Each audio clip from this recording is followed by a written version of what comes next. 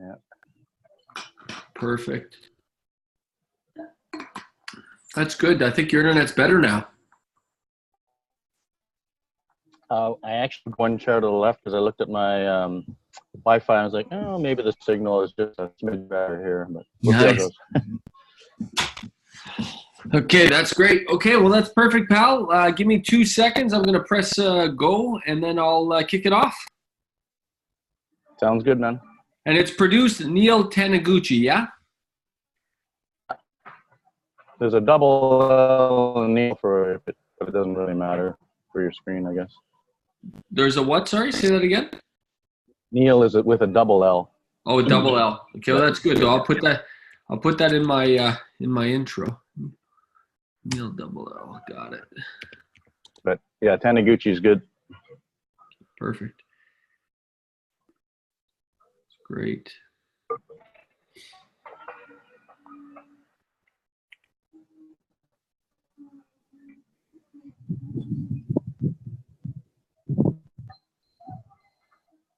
There.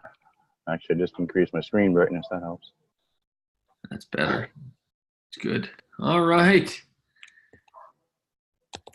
Excellent. Well, Neill, we are live on Facebook, my friend. I got to tell you, I'm a little jealous. You're coming in live from Mexico. It looks gorgeous over there. And so, where are you at, my friend? We're currently in Puerto Escondido, which is in the state of Oaxaca, close to Huatulco. Wow. 100 kilometers up the coast. Yeah, spectacular place. Well, that's great. Folks, for those of you that are just tuning in, I want to welcome you guys listening. I want to welcome Neill Taniguchi, my guest for today. This is a whole new interview series that I've started on the recommendation of Patrick Francie and Richard Dolan and Don Campbell, because the market conditions are shifting, and we wanted to hear from various experts, various established and sophisticated real estate investors to find out, what are they doing with it? What are the boots on the grounds doing now? How are they adapting? How are they evolving? How are they adjusting? And Neill Taniguchi is my first guest. So, pal, you and I we're opening the show, if you will. Congratulations. Thank you. Thank you. I appreciate it. Now, folks, for those of you who, if you see that the internet isn't perfect, that's because Neill's all the way in Mexico, which is awesome. I love it. He's living. Neill was living in Mexico for most of the winter, part of your Belize. How did that come about? I can't say it was when we first started in Rain, JG, but certainly Linda, my wife, who is everything as far as our business goes. Like we do everything together, and I couldn't be here without her.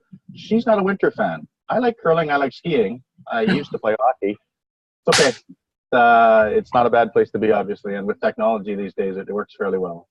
Yeah. Isn't it great that you're able to continue to run your business, continue to run your portfolio, continue to do everything? And in fact, I would probably, tell me if you agree with this, Neill, but I would say that in many ways, you're probably much more productive from Mexico. Even though you spend most of your time on the beach, you're probably more productive from a thinking perspective. Would you agree, Neill?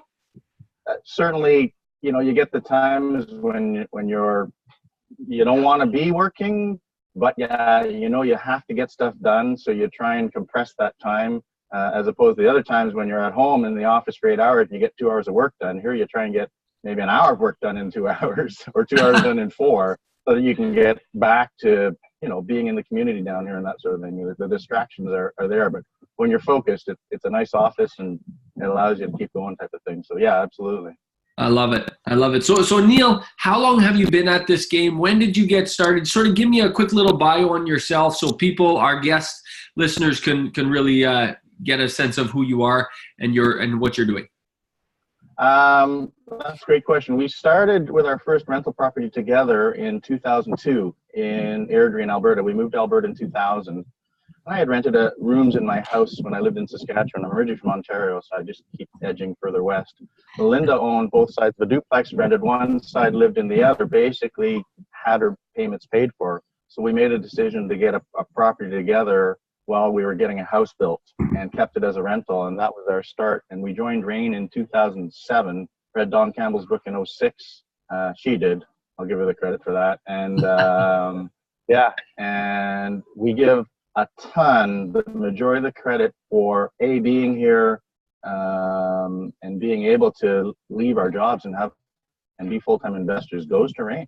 So we're 15 years. We're currently somewhere around 50 properties, I guess. Half are in our buy and hold portfolio, half we do in the quick turn type thing like Barry's teaching these days. And that is really what supercharges cash flow that allows us to spend time away. Excellent. So Neill, it sounds like since 2002, if I count them, it sounds like you've been to at least 2, maybe even 3 pretty significant kind of market corrections, right? I mean, how's that been for you in your portfolio? We've certainly watched it. I mean, the biggest one for us is the most recent one.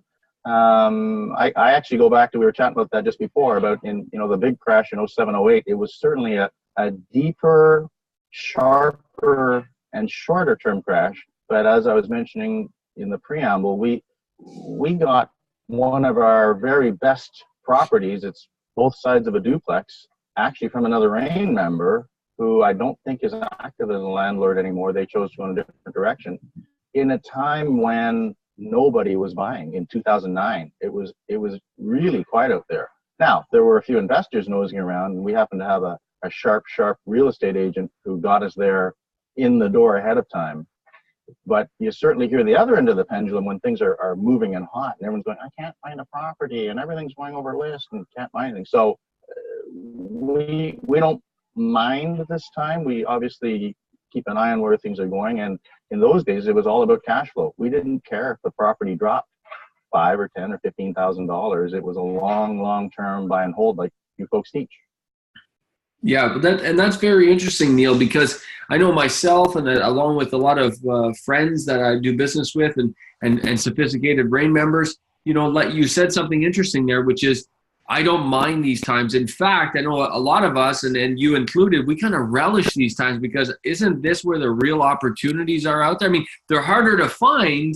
There's no doubt they're harder to come by, but they're there. Mm-hmm. And when you do find one, they're little gold mines, right? They're the buying opportunities that exist in this market, right? That's that old Buffett saying, be fearful when others are greedy and be greedy when others are fearful. Well, we've had our, really been watching for stuff, and we picked up a few properties in the last quarter of last year, and we have a possession that happened last week, I guess, as well. So, I mean, we're aware that there's some opportunities right now and watching for them. So Neill, what do you, I mean, this interview is in the beginning stages of us starting the promotion for our Real Estate SOS Conference, which happens March 1st, 2nd, 3rd in Calgary. We're really excited about this because this is an opportunity for us to bring a whole new set of content to the community, a whole new perspective on really what is a real estate market SOS. There's people that are in a tough spot. They don't know where to turn. It's confusing times. And an SOS, which is a strategies, opportunities, and solutions, is exactly what they need. So, Neill, let me ask you, what are you doing right now? What does it look like in your business? What are you doing day to day to prepare yourself for the new market conditions? I think for us, JG, right now our focus as far as what's coming is on renewals, retention. Retention is everything in our business, and trying to keep our existing tenants happy, looking at what downtime will cost us. Obviously, if someone leaves and they've been there 3, 4, 5 years, we're going to have to put some work into the place. We know that. For us, the real bottom was 216 for the rental market. Airdrie for us, it's just north of Calgary. And I know that our friends in Edmonton are probably experiencing what we did in 216 into early 217. We've actually seen a bit of a recovery in our market. But man, in 216, when it was really bleak, we had our worst vacancies. We had our rents were dropping. We were incentivizing. And we had come off such a good time that you'd go, well, we should probably rent, and people go, I'll take it. And you said, okay, we won't do the flooring, we won't do the paint. And so all of a sudden, in order to have average rent, you needed to have above average property. So we were spending money to get our stuff back to where it should have been, we probably coasted a little more than we should have in the 13, 14 into 15 end of that little bit of mini boom there. And so today we're okay, but we're full. I'm touching wood. You can't see me right now. Maybe you can hear it. I can hear it. Yeah, we're watching some of the economic news to see. I have friends that are in downtown Calgary, and they're telling me there is a wave of layoffs happening. That stuff's always out there. So we can't. I can't change that. So we just have to see what's happening. And right now, with the occasional turnover we have, our turnover is way down. Our quality of our applicant is up.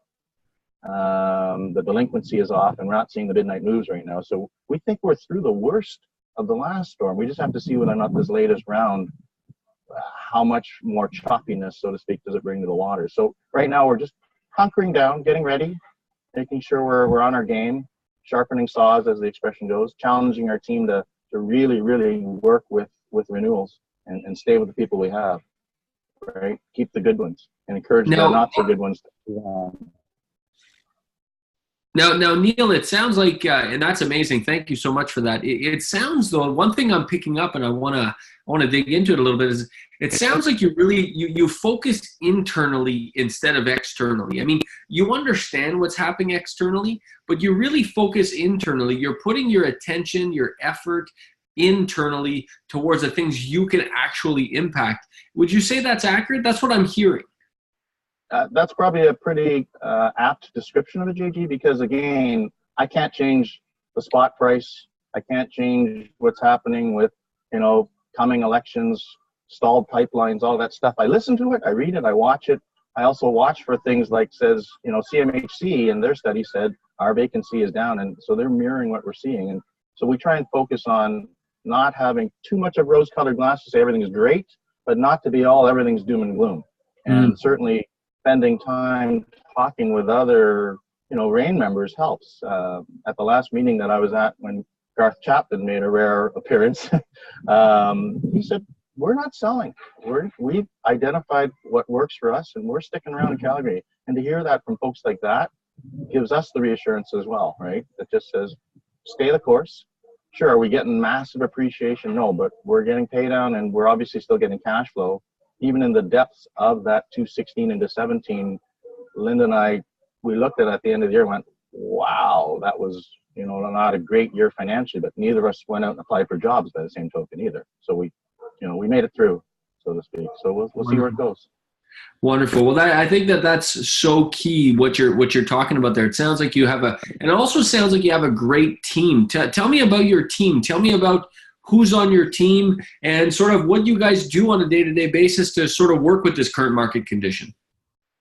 Well, as we got to a certain size, and I think a lot of members maybe can relate to this, when you first start out, if you're in your own backyard with your properties, and we've done that, we don't have any out-of-town holdings, so we do our own. We've self-managed for years, but when you get to a certain size, and you're also trying to maintain Linda was working 40 hours a week minimum, more like 50, and I was doing 60, 70 hours, and you're trying to keep your property management going. And then we took on some of the, rent-to-own stuff where every phone call is 15 to 20 minutes trying to explain it. We added a person, is the easiest way to put it. We just started adding people here and there. So today we have a full-time employee property manager. She actually probably works 80%, not even full-time hours. And we have an administrative office manager. And our property manager has a part-time person answering the phone. So she's actually moved up to have someone answering the phones. And she then can direct and guide them and be dealing with tenant issues and looking at actual rental and showings and stuff like that. And we've recently taken on a third person as a maintenance supervisor. Rather than try and rely on different handy people, we're going to see if we can coordinate that. And again, I think some of the questions you're going to talk about, where are we heading, is our strategy right now is to try and reduce Linda's hours in this business, phase her out, get her a golden watch. And so if things go the way we see them going with him, he can never replace someone, but he may bring some skills to the table that are even better than what she has, and in some cases not as good. But if it frees up some of her time, I think for most people, if you really boil down in that whole Belize thing, that's what people want. They want time, freedom to do what they want when they want. Mm-hmm. Yeah, so we've just managed to add some of those components. So we have boots on the ground. Rather than rely on third-party property managers, at no insult to those folks who are in that industry, there's a certain way everyone likes to have things done, and you can train people directly to do it. You obviously need some economies of scale to make that happen. But even when we were smaller than we are today, we still had some part-time hours for those people. And those people exist out there. Our property manager's been with us, I think, 6, 7, 8 years now. And Wow. he's never had to have childcare, right? Because she just works flexible hours. She loves it.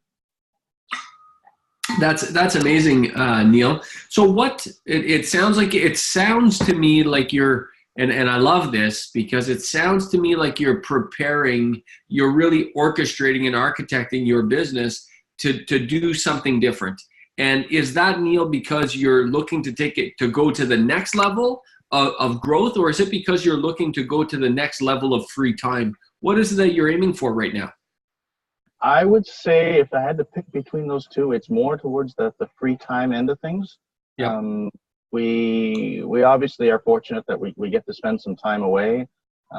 Last year personally was not a great year, but again, a lot of credit that goes to Rain. I spent 12 weeks minimum away from home on top of the time we spend because my mother was very sick.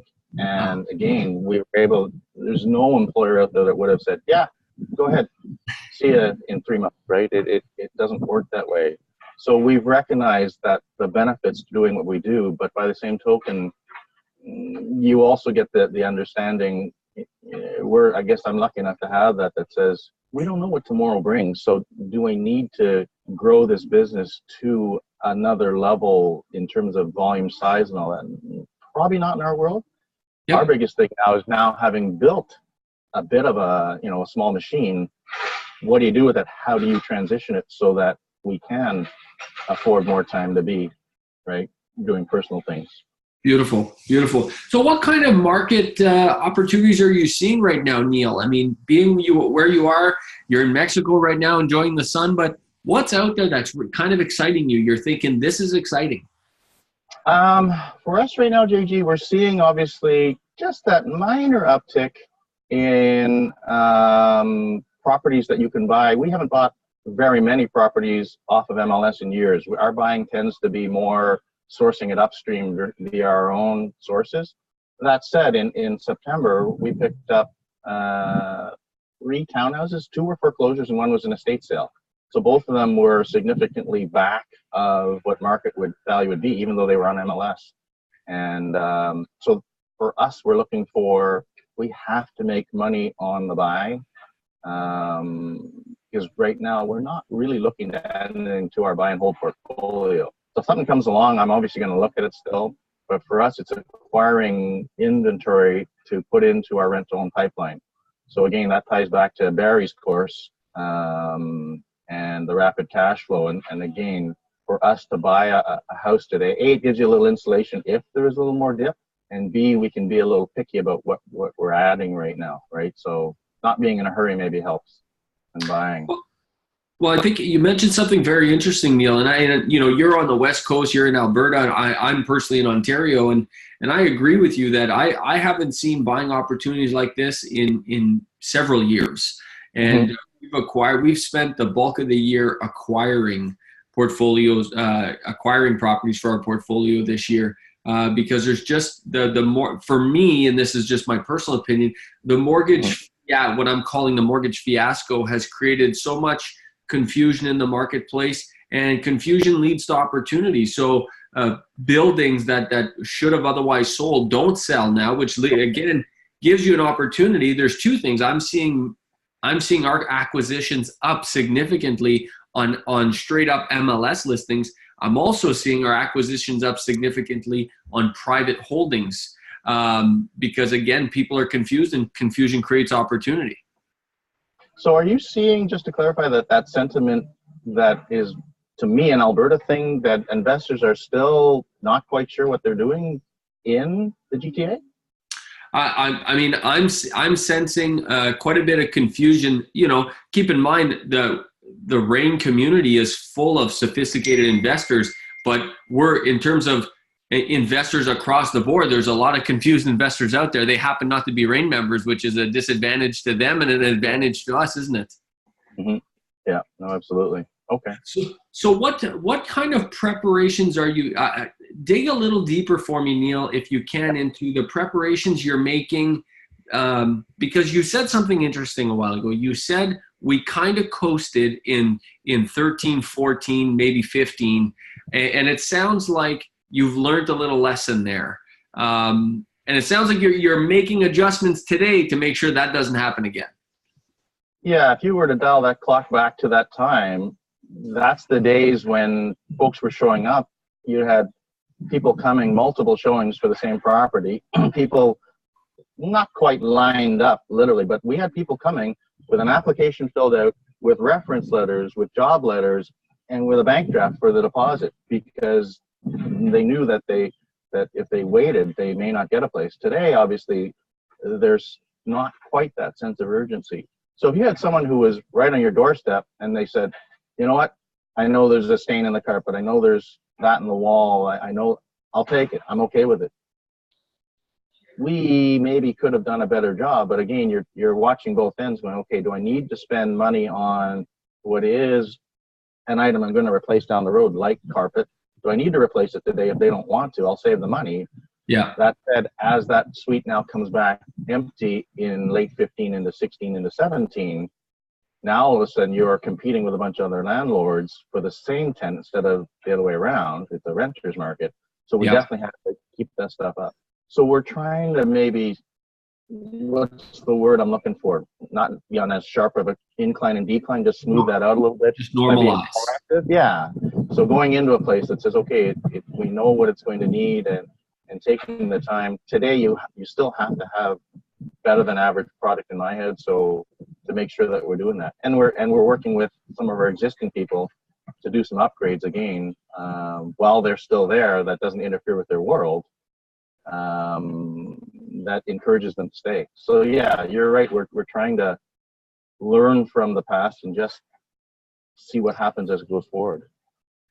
Well, it sounds, Neill, like, and I want to end on this question because I think it's really the meat of it all, which is, it sounds like, having done it since 2002, having seen several market corrections, you've learned many things, but it also sounds like you've also shifted your strategy, and that's probably one of the biggest things that I would say I've taken away from the likes of Patrick Francie and Don Campbell and Richard Dolan and the entire REIN community is, the market is the market. You can't influence the market necessarily, but you can change your strategy. And it sounds like you've went through an evolution of strategy where you started with buy and holds, and now I'm hearing things like rent to owns, and I'm hearing quick turn, and I'm hearing cash, fast cash. So you've evolved your strategy. How have you evolved it since 2002? Give me a sense, because I find people get into a kind of a rut with their thinking. They think that the real estate has one approach, which is buy a cash flowing property, hold on to it forever. But what I'm hearing, Neill, is for you, you've evolved in 15 years. Certainly, yeah, if you were to look at where we are today versus where we were then, our approach is different. Back in the day, we were all about the buy and hold long-term sort of thing. And again, if I look at where we are today, we don't necessarily need to add anymore. We may, in fact, depending on what the market does, we'll look at culling the odd one, taking that equity, using it to pay down some other debt and sort of thing. Just to, again, you start to simplify and just slightly increase cash flow of that.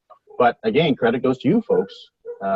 Back, it'll be 10 years this fall, I guess, is when we went to the meeting in Red Deer and then to the subsequent one in Edmonton.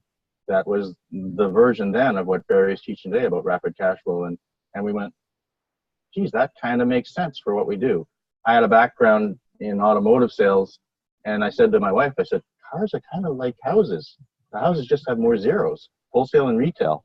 So the strategies for us made sense, and we decided to jump in. And so the credit to REIN, to the course, and to meeting the like-minded people and masterminding is where we are today, is what has led us to where we are today. And certainly, yeah, it was a major shift And I don't know if it's one that we would have made, again, if it hadn't been put on the table by you folks. I'd have probably, Linda would still be teaching. I'd still be a sales manager. But hey, don't think I'd ever go back to that right now either. That's fantastic, Neill. And you said something interesting there that I really want to shine a spotlight on, which is, whether it's good times or and I find especially in the tougher times. And for some folks, it sounds like you're having a great year. I'm having a record year. A lot of people are having record years right now, but a lot of people are not having record years. They're having a tough time.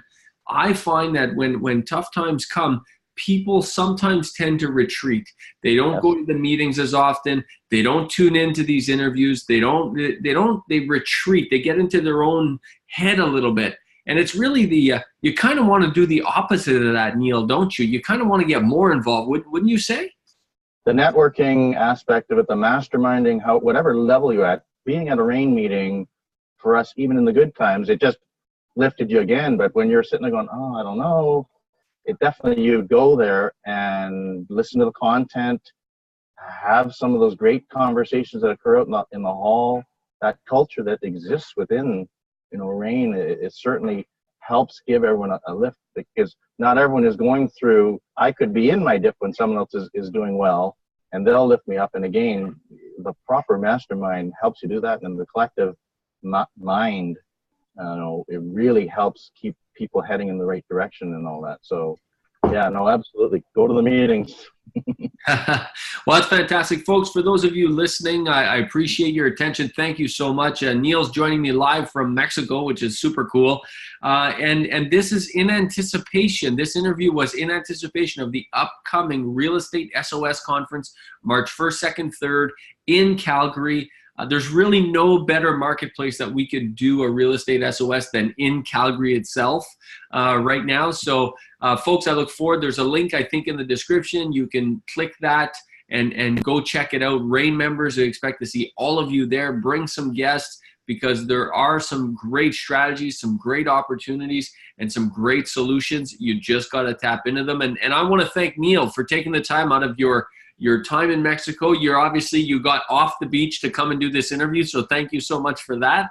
And I see you're drinking coffee instead of a cerveza, but there's no Baileys in it even. That's great. Neill, thank you so much for your time, pal. I super appreciate it. You bet. My pleasure. Enjoy. Cheers.